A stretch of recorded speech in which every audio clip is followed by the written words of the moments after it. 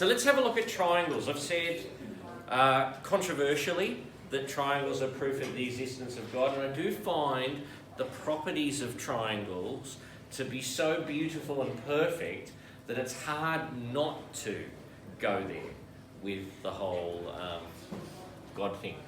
So first of all, what do you know about triangles? The internal angles. So the internal angles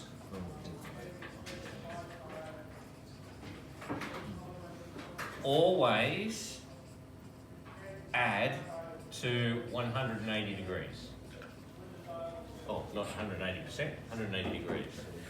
You can draw any triangle you like. If it's a three-sided object, its internal angles, these angles here, 1, 2, 3, are always going to add to 180.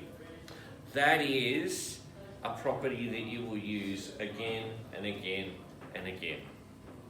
So remember it, and we'll get a chance to use it.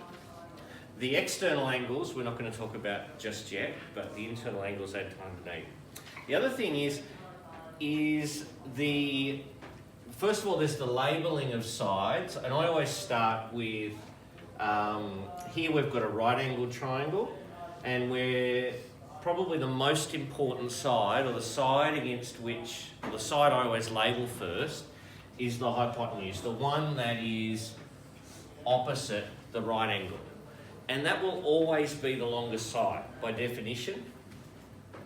The other sides, the names of the other sides, are labelled with respect to the angle you're interested in. In this triangle, we've given that angle the Greek letter theta, and because that's the angle we're interested in, we have a side that's opposite to it and a side that's adjacent to it.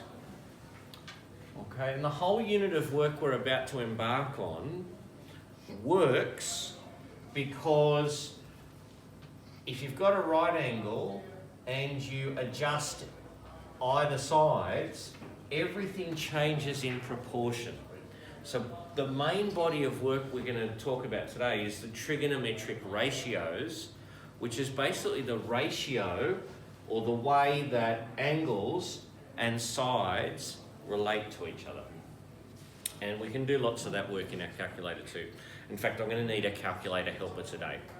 The other bit of preliminary material I want to go through is the labelling of the points and sides, and we'll come back to this probably in a week or two as well. But basically, if you've got a blank triangle like that, you can label the points anything you like. I'm just going to go A, B, C.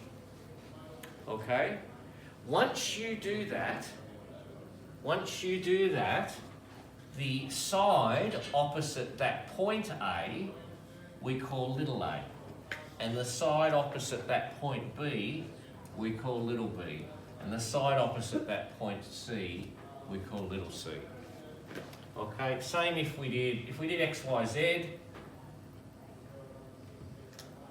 If it was x, y, z, then you'd have little x, little z, little y.